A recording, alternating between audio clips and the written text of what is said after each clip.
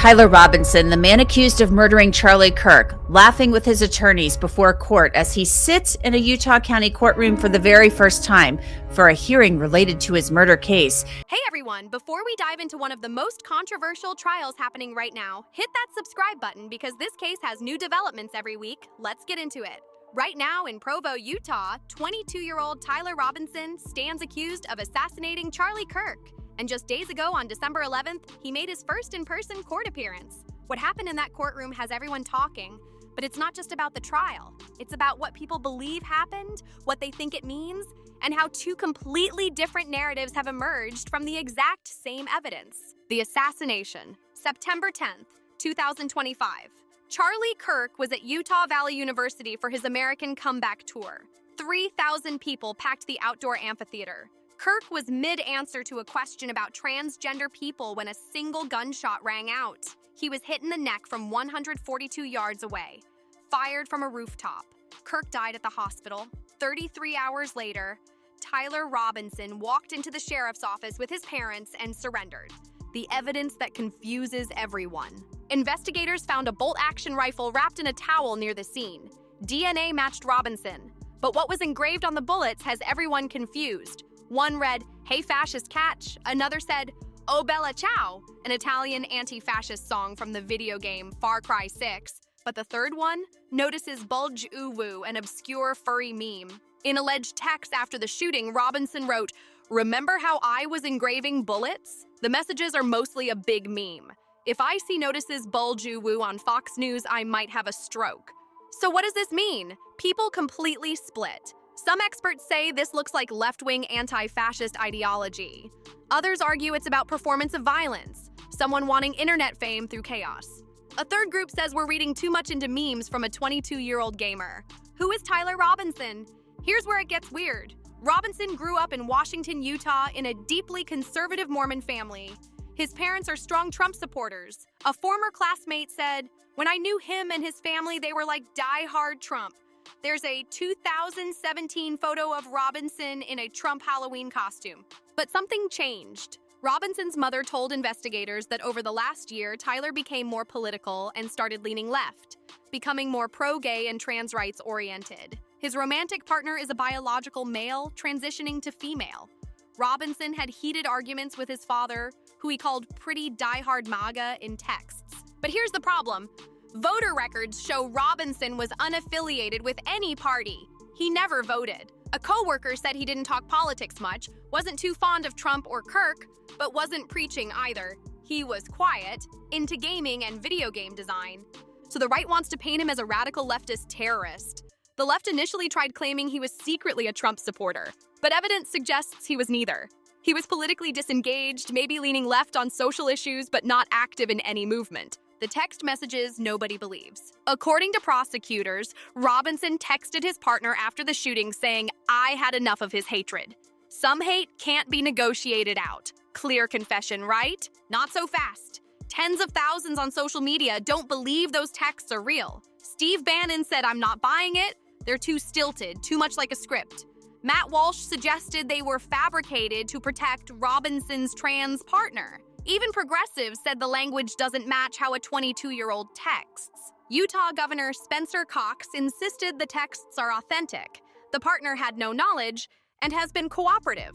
Cox said authorities are very confident Robinson acted alone. But conspiracy theories keep spreading. Some think there was a network involved. Others think the texts were staged. Still others believe it's a complete setup. The fake photo firestorm. Within hours of Kirk's death, doctored photos flooded social media. One showed Robinson in a Trump MAGA shirt, another in a Kamala Harris shirt. A third claimed he was in the Democratic Socialists, all fake. The original showed him in a plain maroon shirt. AI-generated images made it worse. Grok on X created enhanced FBI photos that distorted Robinson's face, making him look decades older. The Washington County Sheriff accidentally shared a fake AI image before correcting it. Defense attorney Kathy Nestor said digitally altered photos showing Robinson crying or having outbursts in court spread widely. None of those incidents happened. Robinson appeared calm, but millions saw fake images and believed them.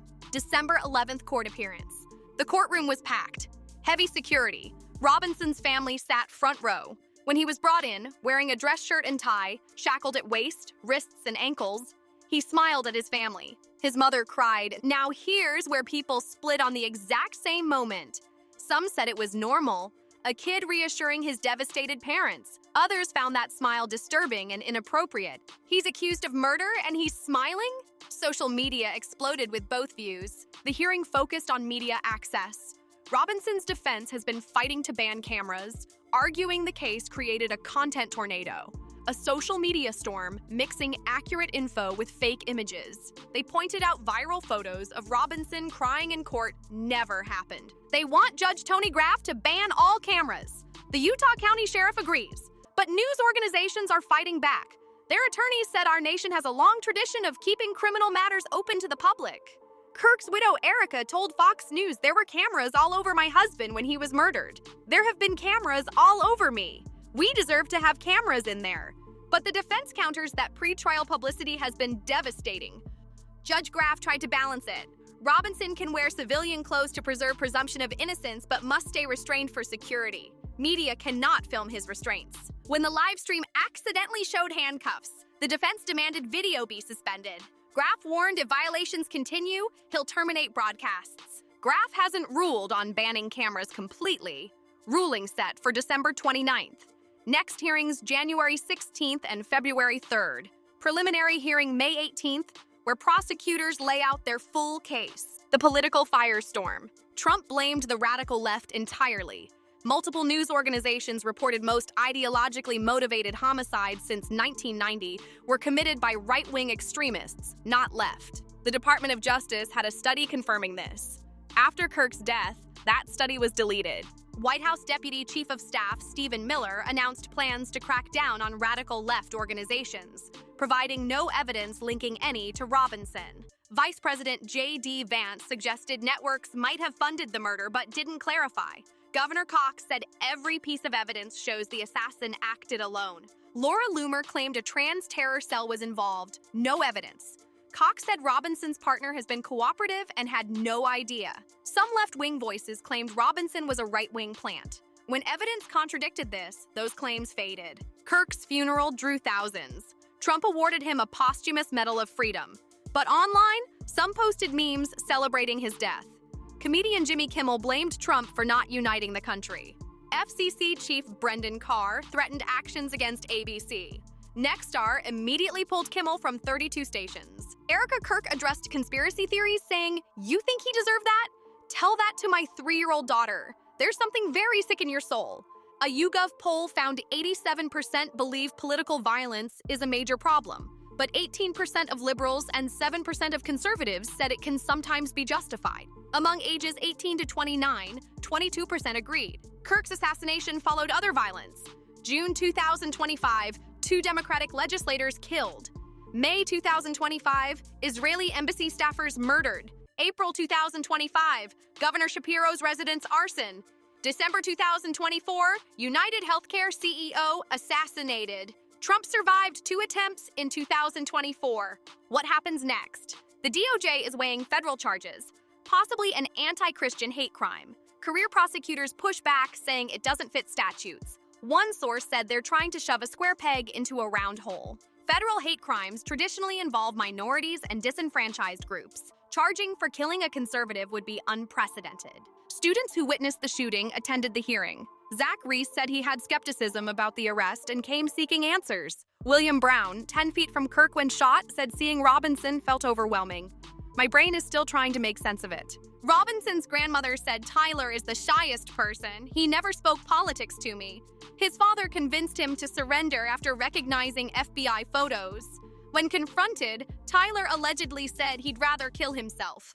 A youth pastor talked him down. Robinson refuses to speak with investigators, hasn't entered a plea, faces aggravated murder, weapons charges, obstruction, witness tampering. Prosecutors seek the death penalty.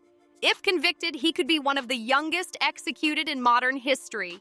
The unanswered questions. Was Tyler Robinson politically motivated, radicalized by trans activism? Was he a disturbed loner obsessed with internet fame? Was he manipulated? Or did he simply snap under family conflict, online influence, and access to guns? The bullet engravings suggest ideology to some, memes to others. Family background shows conservative roots but leftward drift. Text messages look like confession to some, script to others. Voter records show disengagement, but his mother says he became passionate. Every piece of evidence has two interpretations. That's why this case became a Rorschach test for American politics. The right sees a leftist terrorist. The left sees a product of right-wing extremism. Researchers see online radicalization. His family sees a kid they don't recognize. The trial will reveal more. Prosecutors will present their case. Defense will argue. A jury will decide. But will we agree on what it means? Or will this remain forever divided along political lines? Charlie Kirk is gone. A 31-year-old with a wife and kids killed in front of thousands. Tyler Robinson's life is over whether convicted or not. Two families destroyed. America left arguing whose fault it is. What do you think? Politically motivated terrorism, mental health crisis, or something else? Do the texts seem real or fake? Should cameras be banned, or does the public deserve transparency? Drop your thoughts below because this is far from over. Hit that like button, subscribe for trial updates, and share with anyone following this case. Thanks for watching. See you next time.